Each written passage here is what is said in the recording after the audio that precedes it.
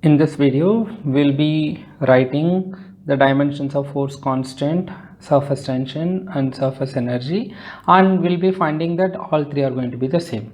While the quantities themselves are not the same, they mean different, but their dimensions are same. For instance, what is a force constant? Suppose you have a spring.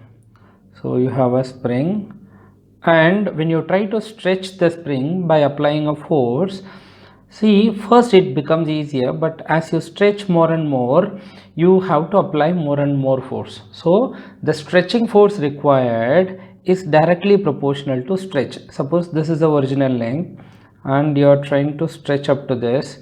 So this is the extension of the string, that spring. Let us call it X. So the more it is extended, more force is required. So force is directly proportional to extension or stretch. Force is equal to some constant into X. This constant K is called force constant or spring constant. So from this, spring constant K or force constant K is force per unit stretch. The dimensions of spring constant or force constant is dimensions of force by dimensions of X. X is stretch, that is nothing but distance. So this is m l t power minus 2 by X is length. So you get the dimensions of spring constant or force constant is m t power minus 2. Whereas if you take surface tension, suppose you have a liquid surface. In this liquid surface, you draw a line. Suppose in this line, what force it experiences. So force per unit length on an imaginary line is called surface tension. So if we call surface tension as T, surface tension is force per unit length on an imaginary line drawn on a surface of a liquid. So in such case, it is again force per unit length. Force is m l t power minus 2, length dimension l. So dimensions of surface tension is also m t power minus 2. What about surface energy? It requires slightly different explanation. Suppose you have a cylinder. The cylinder has a curved surface area. Let us call curved surface area CSA. On this side, let us say it has a cross-sectional area A. On this side also will have a cross-sectional area A. The total surface of a cylinder is 1 curved surface area plus 2 times area, this area of cross-section plus this side area of cross-section.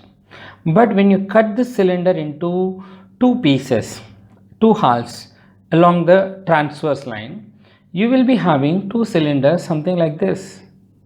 One half of the cylinder will be there, this is the other half. What happens? The sum of this curved surface area and this curved surface area will be equal to this. This is curved surface area plus this area and this area, 2a will be there. Now what happens?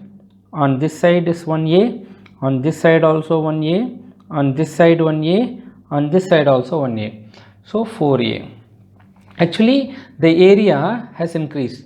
When you cut any solid piece, when you cut a bulk material, you have to do some work because you are creating more surface.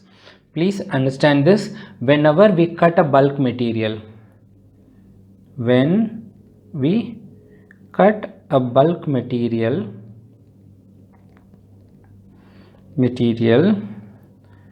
we create more surface area. That means when we do some work, more surface area is created.